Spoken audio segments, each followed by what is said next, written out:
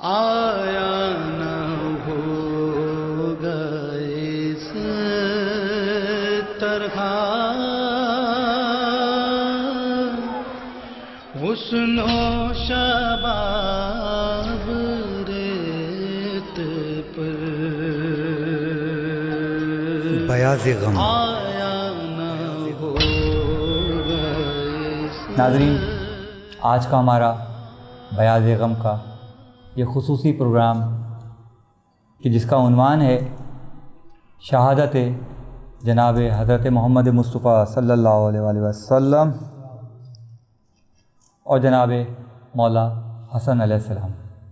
آج کے اس خصوصی نشریات میں ہمارے ساتھ ممتاز عالم دین علامہ عباس مہدی ترابی صاحب موجود ہیں۔ السلام علیکم۔ السلام اور ان کے ساتھ ہی بین الاقوامی شہرت یافتہ نوحہ خاں جناب عدیل رضا صاحب موجود ہیں۔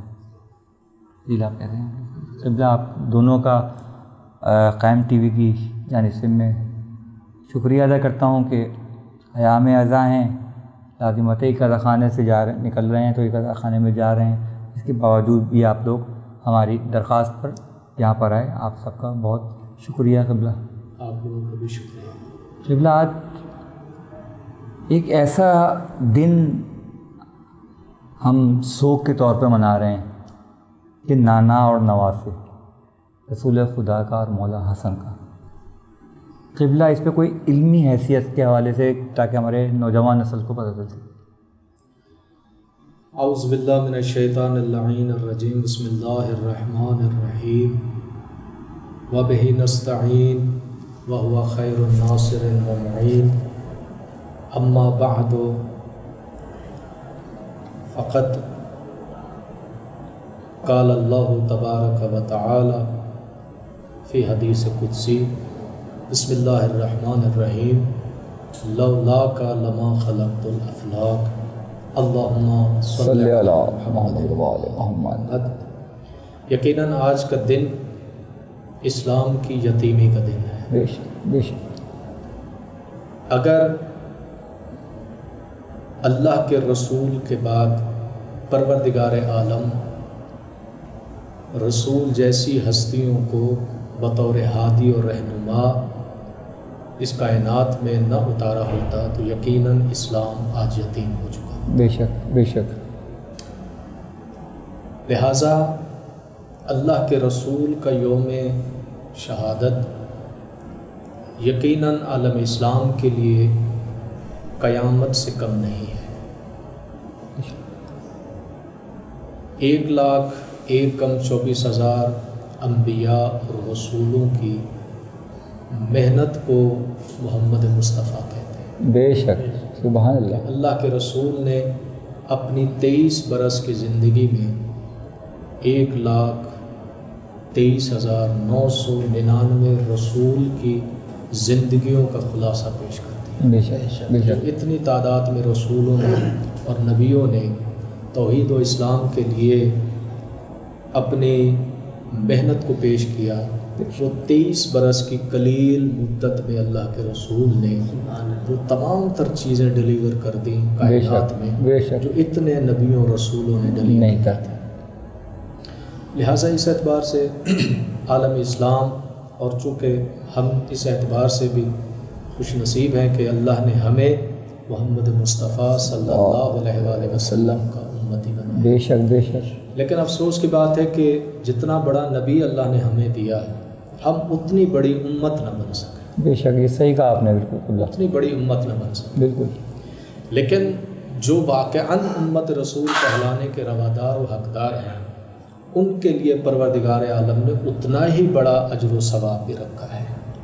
تمام انبیاء کی امتیں جو صاحبان ایمان تھیں، اگر ان تمام صاحبان ایمان کو، سابقہ انبیاء کی امتوں کو جو صاحبان ایمان تھے، ان کو اگر ایک پلڑے میں رکھ دیا جائے، تمام انبیاء کی 1,23,999 بالکل رسولوں کی بالکل امتیں جو صاحبان ایمان تھیں، بالکل، وہ اگر ایک پلڑے میں آ جائیں اور فقط ہمارے نبی اور رسول کے کیا کہنے ہیں میں صاحبان ایمان واہ واہ واہ، وہ دوسرے پلڑے میں آ جائے تو امت رسول کا صاحبان ایمان کا پلڑا بالکل بھاری ہے، بالکل، بے شک پلڑا بے ہلکا شک ہوگا۔ بے شک بے شک بے شک۔ اس اعتبار سے ہمیں پروردگار عالم کی بارگاہ میں جتنا شکر ادا کرنا چاہیے بے شک وہ شکر جو ہے وہ کم ہے، جو اللہ نے ہمیں رسول معظم کی صورت میں جو نعمت بطور نبی اور رسول اور ہادی دی ہے، وہ نعمت بہت بڑی ہے، اور اسی نعمت کو نعمت عظمیٰ اور کہا گیا۔ کیا خوبصورت میں جملہ لگا کے، اور اس رسول کو اسی کلمہ گو مسلمانوں نے، اسی امت نے ظلم کی حد ہوتی ہے۔ دیکھیں اللہ کے رسول کا ایک جملہ ہے، میں پہلی ہی منزل میں ان کا جملہ جو ہے وہ اپنے سننے والے ناظرین کی خدمت میں عرض کر دوں۔ میرے نبی معظم کا یہ جملہ ہے کہ جتنی اذیت مجھ محمد کو دی گئی ہے، مجھ سے پہلے اتنی اذیت کسی نبی اور رسول کو نہیں۔ بالکل بالکل، یعنی اب انسان جو ہے وہ تصور نہیں کر سکتا جو اذیتیں اللہ کے رسول کو ملی۔ اور دیکھیں اذیتوں میں دو چیزیں ہیں، ایک اذیت ہوتی ہے دشمن کی طرف سے، بالکل، ایک اذیت ہوتی ہے اپنوں کی طرف سے۔ رسول کا جو یہ شکوے والا جملہ ہے یہ غیر کی جانب سے غیر نہیں، جانب سے اپنوں نہیں، کی جانب اپنوں کی سے۔ جانب سے۔ اس نبی کے لیے اس سے بڑھ کر مظلومیت کیا ہوگی کہ جس محمد کا کلمہ پڑھ کر، جس محمد کی شفاعت کا امیدوار ہو کر بالکل وہ یہ کہتا ہوا نظر آ رہا ہو کہ جتنا شک مجھے آج رسول کی رسالت میں ہوا اس سے پہلے نہ ہوا۔ کوئی تو ایسا لمحہ رسول کی زندگی میں ایسا آیا ہے کہ جس میں کلمہ پڑھنے والا رسول کی نبوت اور رسالت میں شک کر رہا ہو۔ یہ جملہ اذیت ناک ہے اللہ کے رسول کے لیے، ورنہ اگر جسمانی اذیت کو دیکھا جائے تو رسول گرامی قدر کی زندگی میں جسمانی اذیتیں بہت کم ملی، بہت کم۔ طائف میں پتھر کھائے ہیں بالکل، یا مکہ میں پتھر کھائے ہیں، بالکل، یا اس بڑھیا نے جو کچرا ڈالا۔ بالکل، جی ہاں، اس کے علاوہ بدنی اذیت نہیں ہے، وہ جو روحانی اذیت ہے، وہ جو فکری اذیت ہے، اس اذیت کو، اور اس کے بعد جو اس کے پیچھے جو ایک فلسفہ ہے اللہ کے رسول کا، بدنی اذیت میں رسول کا بدن نہیں ہے لیکن جو رسول کے بدن کے ٹکڑے ہیں، ہائے ہائے، ان ٹکڑوں پر جو مصیبت آنے والی تھی، ان ٹکڑوں کے ٹکڑے کر دیے۔ اس اذیت کو رسول نے سامنے رکھ کر یہ جملہ کہا کہ جتنی اذیتیں مجھے محمد کو ملی اتنی اذیتیں کسی کو نہیں۔ ہائے ہائے ہائے۔ قبلہ اگر آپ کی اجازت ہو تو آپ نے کیا صاحب کا پہلو دیا ہے، عدیل یہاں موجود ہیں، اگر ہم سے کلام کے چند اشعار سن لیں پھر اس گفتگو کو پھر ہم اسی طرح کریں گے۔ عدیل ہمیں کوئی نحاف۔ زہرا کے گھرانے پر برسے خنجر نیزے پیکان کبھی، تلوار زہر زندان کبھی، کبھی آگ رسن ہے اور پتھر اور تہمت ہے ہزیان کبھی، تلوار زہر زندان کبھی، کبھی ضربت حیدر کے سر پر، کبھی کم سن محسن کو مارا، یہ اجر رسالت کا ہے کیا امت نے کیا ہے زہرا کے پہلو کو لہو لہان کبھی، تلوار زہر زندان کبھی، تیروں سے بھری ایک میت ہے اور زینب اس پر نوحہ گئے، یہ سرخ کفن میں ہے شبر، پامال کیا ہے امت نے اس طرح بھی ایمان کبھی، تلوار زہر زندان کبھی، کبھی آگ رسن ہے اور پتھر اور تہمت ہے ہزیان کبھی، تلوار زہر زندان کبھی، چشمے غیرت سے خون رو کر بازار میں سر نیچے کر کے، عابد نے جیتے جی مر کے کوٹھوں پہ کھڑے مردے دیکھے، غیرت کے قبرستان کبھی، تلوار زہر زندان کبھی، عابد باقر جعفر موسیٰ رضا تقی نقی و ابو القائم، توحید کے یہ سارے ناظم کبھی خون کے آنسو پیتے ہیں، اور موت بھرے پیمان کبھی، تلوار زہر زندان کبھی، تلوار زہر زندان کبھی، کلثوم کا زینب کا نوحہ، یاسر ہے سکینہ کا نوحہ، سرور کی یتیمہ کا نوحہ، نوحہ کو عدیل ان حرفوں کا، ہوتا ہے نوحہ خان کبھی، تلوار زہر زندان کبھی، زہرا کے گھرانے پر برسے خنجر نیزے پیکان کبھی، تلوار زہر زندان کبھی، کبھی آگ رسن ہے اور پتھر، اور تہمت ہے ہذیان کبھی، تلوار زہر زندان کبھی۔ مولا سلامت رکھے آپ کو۔ دل بہت ہی پر درد کلام تھا آپ نے پڑھا۔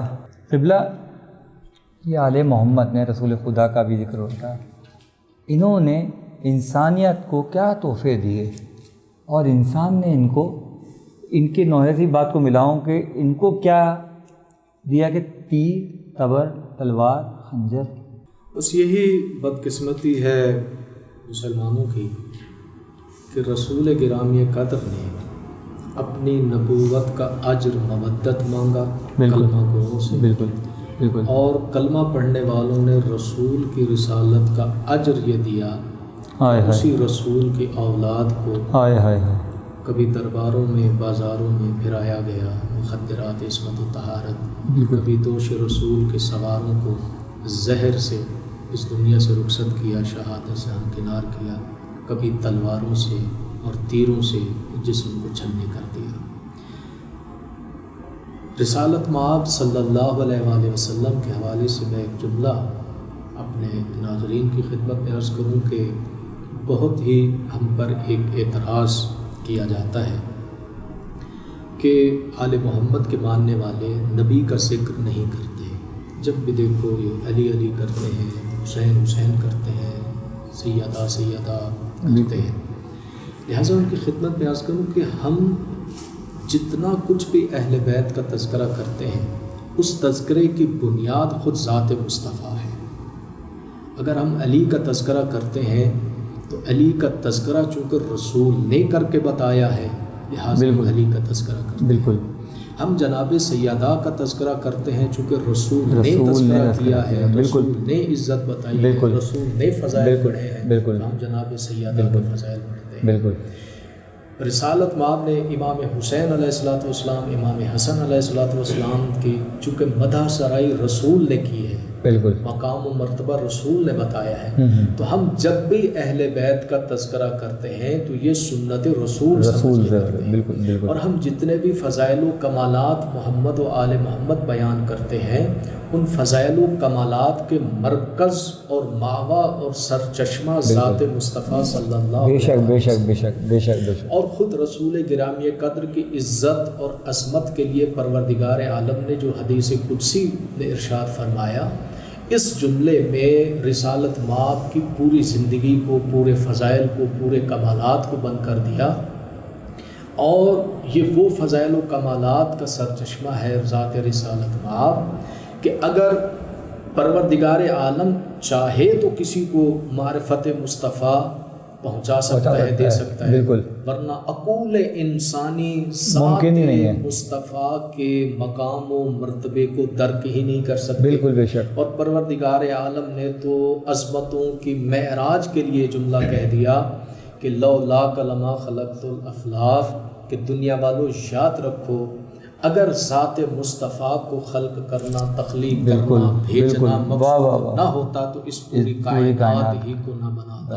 اس پوری کائنات میں چرند بھی ہیں، پرند بھی ہیں، نباتات بھی ہیں، جمادات بھی ہیں، اولیاء بھی ہیں، صدیقین بھی ہیں، شہداء بھی ہیں، اولیاء بھی ہیں، انبیاء بھی ہیں، رسول بھی ہیں۔ تو جب یہ سارے کے سارے صدقہ ہیں تو پھر کائنات کے اندر کسی کو یہ حق حاصل نہیں ہے کہ وہ کہے کہ محمد ہم جیسا یا ہم محمد جیسا۔ جی یہ پوری کائنات ہے ہی صدقہ مصطفیٰ صلی اللہ علیہ وسلم، تو پھر کائنات میں کوئی بڑا نہیں ہے سوائے میرے مصطفیٰ۔ میرا مصطفیٰ ہی بڑا ہے، میرا مصطفیٰ ہی اس کائنات کا مرکز اور ماوا ہے، باقی تمام تر چیزیں میرے محمد کا صدقہ ہیں۔ تو یہ بات اظہر من الشمس ہے کہ صدقہ جو ہے وہ ہمیشہ جو ہے مفضول رہا ہے اس کے سامنے جو صدقہ دینے والا ہو یا جس کا صدقہ ہو۔ لہٰذا انسان کی تو بات ہی نہیں ہے، یہاں تو آدم بھی سر جھکائے کھڑے ہیں، یہاں تو جناب نوح بھی سر جھکائے کھڑے ہیں، یہاں تو جناب ابراہیم خلیل اللہ بھی سر جھکائے کھڑے ہیں، تو کس کی جرأت ہے جو مقام مصطفیٰ کی ہم سر۔ سبحان اللہ سبحان اللہ سبحان اللہ۔ قبلہ ایک چھوٹا سا وقفے کا ٹائم ہوا ہے، ایک ہم چھوٹا سا وقفہ لیتے ہیں، اس کے بعد ہم دوبارہ اس گفتگو کو یہیں سے جاری رکھیں گے۔ ناظرین آپ دیکھتے رہیے بیاض غم۔ بیاض غم،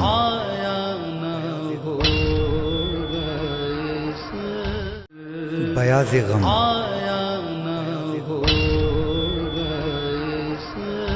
اب لاش پر حسن کی جو عمر بھر سنا تھا،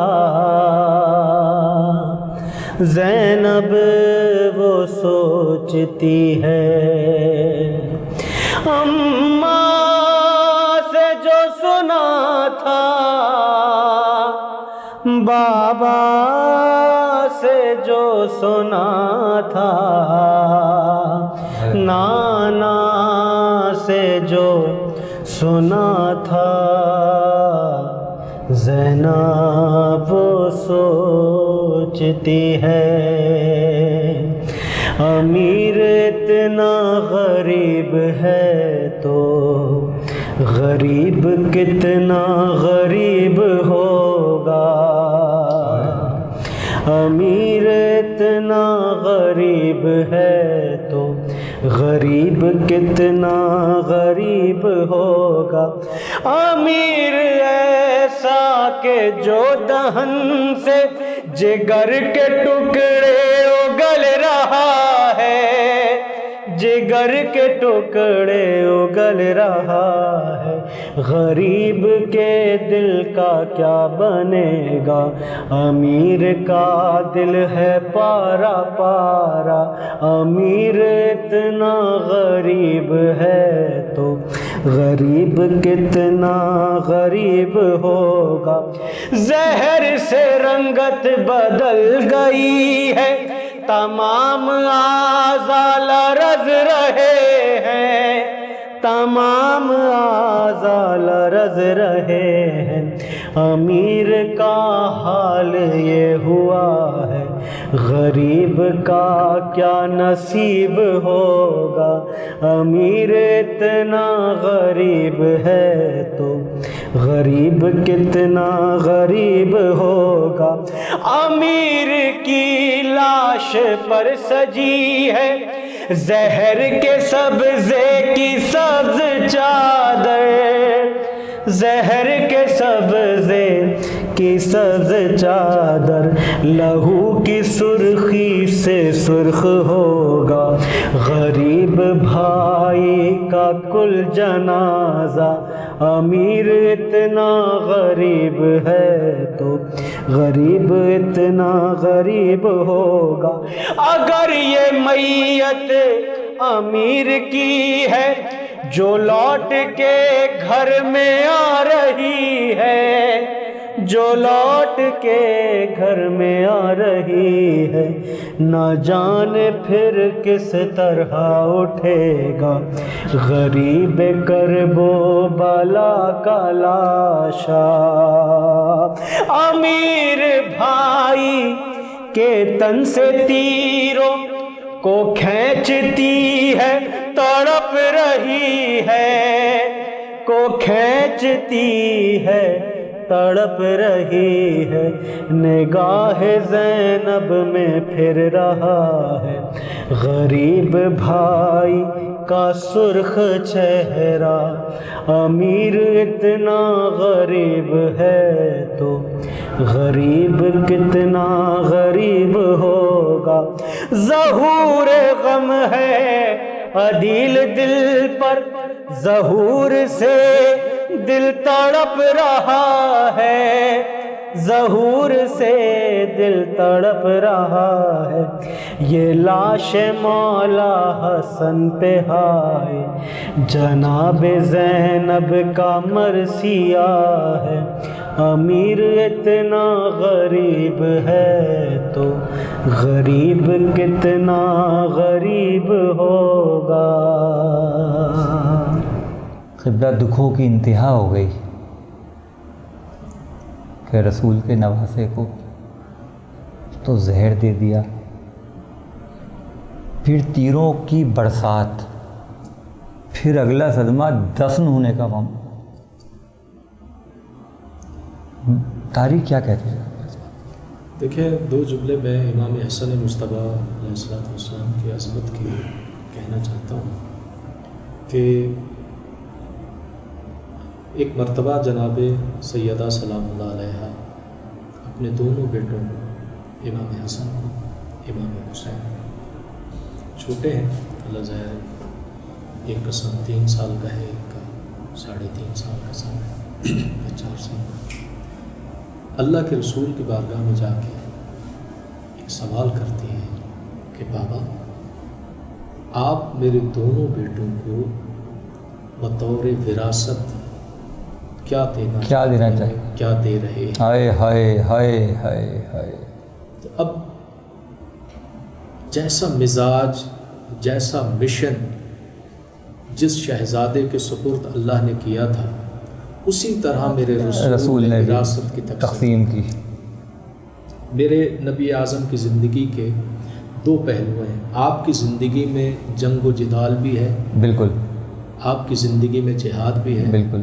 اور آپ کی زندگی میں صلح بھی ہے، بالکل بالکل. تو جو مزاج مصطفیٰ تھا اسی مزاج کو سامنے رکھتے ہوئے اپنی صلح کی امانت اور وراثت امام حسن مصطفیٰ کے حوالے، سبحان اللہ، اور اپنے جہاد کی امانت اور وراثت مولا حسین. سبحان اللہ. جس طرح صلح حدیبیہ اللہ کے رسول کی زندگی میں ہے، اسی طرح سے صلح امام حسن کی زندگی میں ہے. جس طرح اللہ کے رسول کی زندگی میں جہاد ہے، اسی طرح سے امام حسین کی زندگی میں جہاد ہے. تو گویا ایک شہزادے نے صلح کر کے اپنے نانا کی سنت اور سیرت کو اجاگر کیا، بالکل، اور دوسرے نواسے نے شہادت کے میدان کو سجا کر اپنے نانے کی سنت اور سیرت کو زندہ کیا کہ یہ ہے میرے نانا کی سیرت. تو اللہ کے رسول نے کہا کہ میں اپنے سر سے لے کر ناف تک کا وارث حسن کو بناتا ہوں، اور اپنے ناف سے لے کر قدموں تک وارث حسین کو بناتا ہوں. چونکہ اسی حصے میں ہاتھ بھی آتا ہے، اسی حصے میں زبان بھی آتی ہے، تو اس حصے کا وارث بنایا امام حسن کو، اور اس حصے کا وارث بنایا امام حسین کو کہ میدان جہاد میں قدموں سے چل کر جایا جاتا ہے. لہٰذا خبردار کو میرے حسین پہ انگلی نہ اٹھائے. کربلا کے میدان میں اگر حسین جا رہا ہے تو یہ حسین نہیں، محمد مصطفیٰ صلی اللہ علیہ وسلم. اور اگر صلح کے میدان میں حسن آ رہا ہے تو یہ حسن نہیں آ رہا، محمد مصطفیٰ صلی اللہ علیہ وسلم. وہ اپنے زمانے کا محمد بن کر سامنے آیا،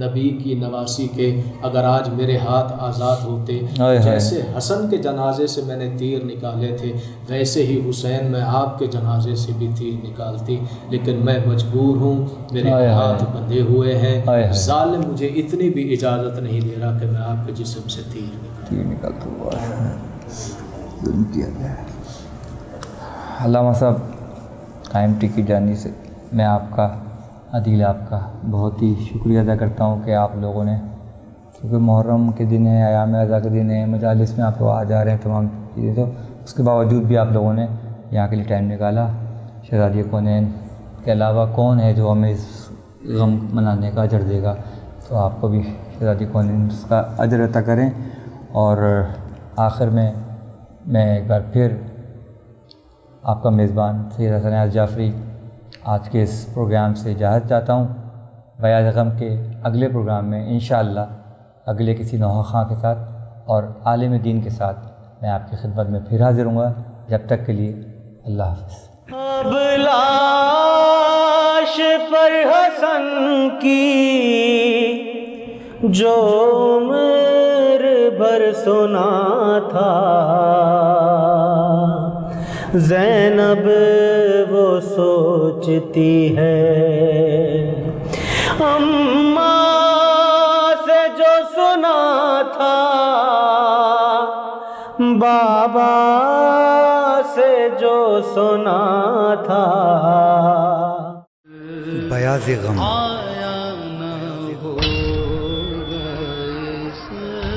اب لاش پر حسن کی جو عمر بھر سنا تھا، زینب وہ سوچتی ہے، اماں سے جو سنا تھا، بابا سے جو سنا تھا، نانا سے جو سنا تھا، زینب وہ سوچتی ہے، امیر اتنا غریب ہے تو غریب کتنا غریب ہوگا،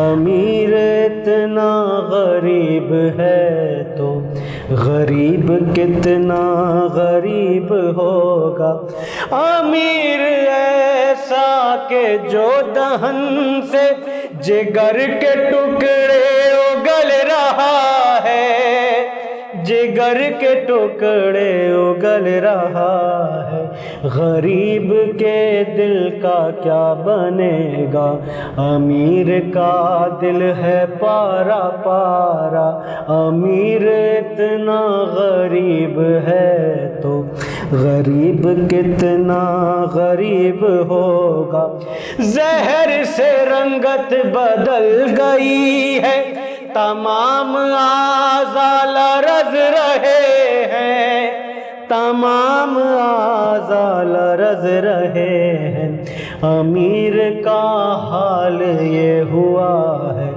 غریب کا کیا نصیب ہوگا، امیر اتنا غریب ہے تو غریب کتنا غریب ہوگا، امیر کی لاش پر سجی ہے زہر کے سبزے کی سبز چادر، زہر کے سبزے کی سبز چادر، لہو کی سرخی سے سرخ ہوگا، غریب بھائی کا کل جنازہ، امیر اتنا غریب ہے تو غریب اتنا غریب ہوگا، اگر یہ میت امیر کی ہے جو لوٹ کے گھر میں آ رہی ہے، جو لوٹ کے گھر میں آ رہی ہے، نہ جانے پھر کس طرح اٹھے گا غریب کرب و بلا کا لاشا۔ امیر بھائی کے تن سے تیروں کو کھینچتی ہے تڑپ رہی ہے، کو کھینچتی ہے تڑپ رہی ہے، نگاہ زینب میں پھر رہا ہے غریب بھائی کا سرخ چہرہ۔ امیر اتنا غریب ہے تو غریب کتنا غریب ہوگا۔ ظہور غم ہے عدیل دل پر، ظہور سے دل تڑپ رہا ہے، ظہور سے دل تڑپ رہا ہے۔ یہ لاش مولا حسن پہ ہائے جناب زینب کا مرثیہ ہے۔ امیر اتنا غریب ہے تو غریب کتنا غریب ہوگا۔ قبلہ دکھوں کی انتہا ہو گئی کہ رسول کے نواسے کو تو زہر دے دیا، پھر تیروں کی برسات، پھر اگلا صدمہ دفن ہونے کا معاملہ۔ تاریخ کیا کہتے ہیں؟ دیکھیں، دو جملے میں امام حسن مصطفیٰ علیہ السلام کی عظمت کی کہنا چاہتا ہوں کہ ایک مرتبہ جناب سیدہ سلام اللہ علیہ اپنے دونوں بیٹوں کو، امام حسن امام حسین، چھوٹے ہیں اللہ ظاہر، ایک کا سن 3 سال کا ہے، ایک کا 3.5 سال کا سن ہے، 4 سال کا۔ اللہ کے رسول کی بارگاہ میں جا کے ایک سوال کرتی ہیں کہ بابا آپ میرے دونوں بیٹوں کو بطور وراثت کیا دینا چاہیے، کیا دے رہے ہیں؟ ہائے ہائے ہائے ہائے ہائے۔ تو اب جیسا مزاج، جیسا مشن جس شہزادے کے سپرد اللہ نے کیا تھا، اسی طرح میرے رسول نے وراثت کی تقسیم کی۔ میرے نبی اعظم کی زندگی کے 2 پہلو ہیں۔ آپ کی زندگی میں جنگ و جدال بھی ہے، بالکل، آپ کی زندگی میں جہاد بھی ہے، بالکل، اور آپ کی زندگی میں صلح بھی ہے، بالکل بالکل۔ تو جو مزاج مصطفیٰ تھا اسی مزاج کو سامنے رکھتے ہوئے اپنی صلحوں کی امانت اور وراثت امام حسن مصطفیٰ کے حوالے، سبحان اللہ، اور اپنے جہاد کی امانت اور وراثت مولا حسین، سبحان اللہ۔ جس طرح صلح حدیبیہ اللہ کے رسول کی زندگی میں ہے، اسی طرح سے صلح امام حسن کی زندگی میں ہے۔ جس طرح اللہ کے رسول کی زندگی میں جہاد ہے، اسی طرح سے امام حسین کی زندگی میں جہاد ہے۔ تو گویا ایک شہزادے نے صلح کر کے اپنے نانا کی سنت اور سیرت کو اجاگر کیا، بالکل، اور دوسرے نواسے نے شہادت کے میدان کو سجا کر اپنے نانے کی سنت اور سیرت کو زندہ کیا کہ یہ ہے میرے نانا کی سیرت۔ تو اللہ کے رسول نے کہا کہ میں اپنے سر سے لے کر ناف تک کا وارث حسن کو بناتا ہوں، اور اپنے ناف سے لے کر قدموں تک وارث حسین کو بناتا ہوں، چونکہ اسی حصے میں ہاتھ بھی آتا ہے، اسی حصے میں سانس بھی آتی ہے، تو اس حصے کا وارث بنایا امام حسن کو، اور اس حصے کا وارث بنایا امام حسین کو کہ میدان جہاد میں قدموں سے چل کر جایا جاتا ہے، لہذا خبردار کو میرے حسین پہ انگلی نہ اٹھائے۔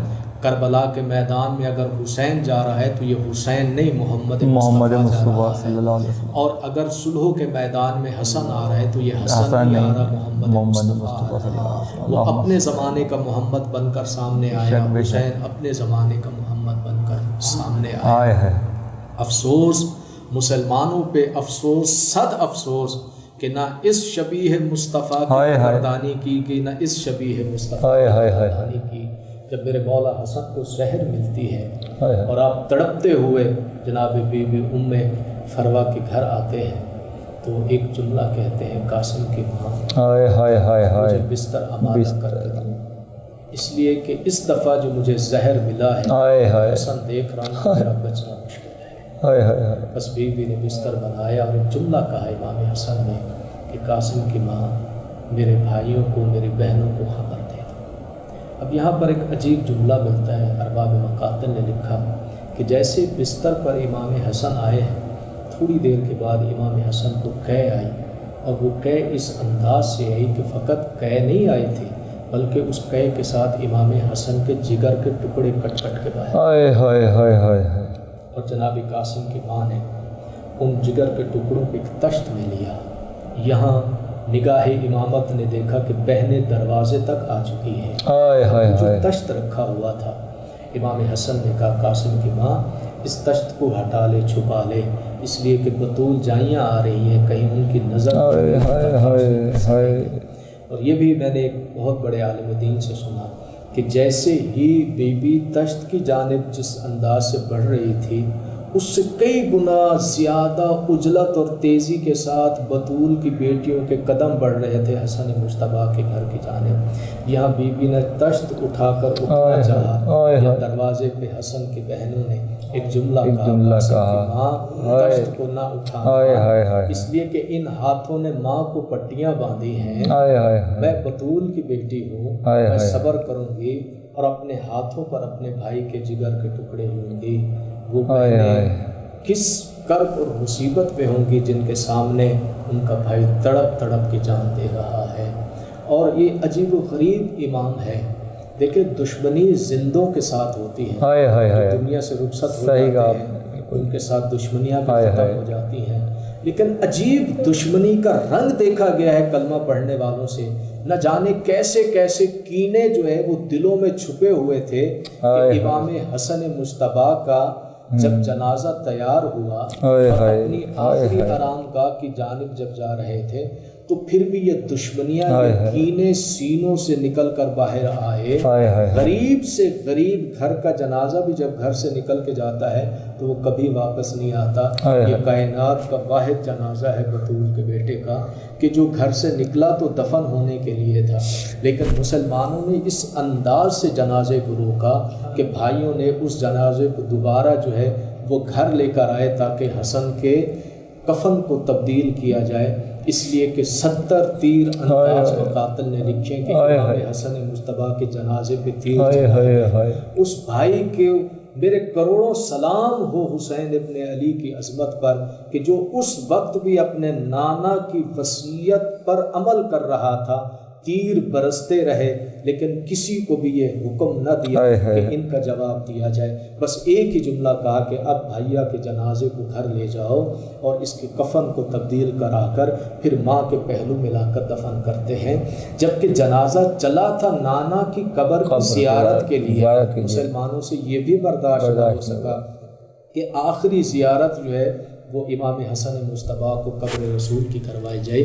بس یہ خبر جب پہنچی ہوگی اہل حرم تک تو وہ کیا منظر ہوگا کہ دکھیاری بہنیں دروازے پر کھڑی ہے اور اپنے بھائی کے جنازے پر لگے ہوئے تیروں کو دیکھ رہی ہے۔ بس یہاں پر ایک جملہ کہہ کے میں اپنی بات کو ختم کرتا ہوں۔ جنازہ لا کر رکھا گیا، آج مدینے میں حسن کا جنازہ ہے، علی اور بطول کی بیٹیوں کے ہاتھ آزاد ہیں، کوئی روک اور کوئی ٹوک نہیں ہے، بس بیٹھی ہیں بہنیں اور ایک ایک تیر جو ہے وہ جنازے سے کھینچ رہی ہیں۔ یہ ہے امام حسن مجتبیٰ کی مظلومیت، لیکن اس کے بعد وہ مظلومیت کائنات نے دیکھی ہے کہ حسین ابن علی کا جنازہ جو ہے وہ تیروں پر ہے۔ جب بہنیں لاشیں پر آئی ہیں تو ایک جملہ کہا، ماں جائے حسین کاش کہ جیسے ہاتھ آزاد تھے مدینہ میں نبی کی نواسی کے، اگر آج میرے ہاتھ آزاد ہوتے، جیسے حسن کے جنازے سے میں نے تیر نکالے تھے ویسے ہی حسین میں آپ کے جنازے سے بھی تیر نکالتی، لیکن میں مجبور ہوں، میرے ہاتھ بندھے ہوئے ہیں، ظالم مجھے اتنی بھی اجازت نہیں دے رہا کہ میں آپ کے جسم سے تیر نکالتا ہوں۔ علامہ صاحب قائم ٹی کی جانب سے میں آپ کا، عدیل آپ کا بہت ہی شکریہ ادا کرتا ہوں کہ آپ لوگوں نے، کیونکہ محرم کے دن ہے، ایام رضا کے دن ہے، مجالس میں آپ لوگ آ جا رہے ہیں تمام چیزیں، تو اس کے باوجود بھی آپ لوگوں نے یہاں کے لیے ٹائم نکالا. شہزادی کونین کے علاوہ کون ہے جو ہمیں اس غم منانے کا اجر دے گا؟ تو آپ کو بھی شہزادی کونین اس کا اجر عطا کریں. اور آخر میں ایک بار پھر آپ کا میزبان سید حسن نیاز جعفری آج کے اس پروگرام سے اجازت چاہتا ہوں. بیاض غم کے اگلے پروگرام میں انشاءاللہ اگلے کسی نوحہ خواں کے ساتھ اور عالم دین کے ساتھ میں آپ کی خدمت میں پھر حاضر ہوں گا. جب تک کے لیے اللہ حافظ. اب لاش پر حسن کی جو عمر بھر سنا تھا، زینب وہ سوچتی ہے اماں سے جو سنا تھا، بابا سے جو سنا تھا.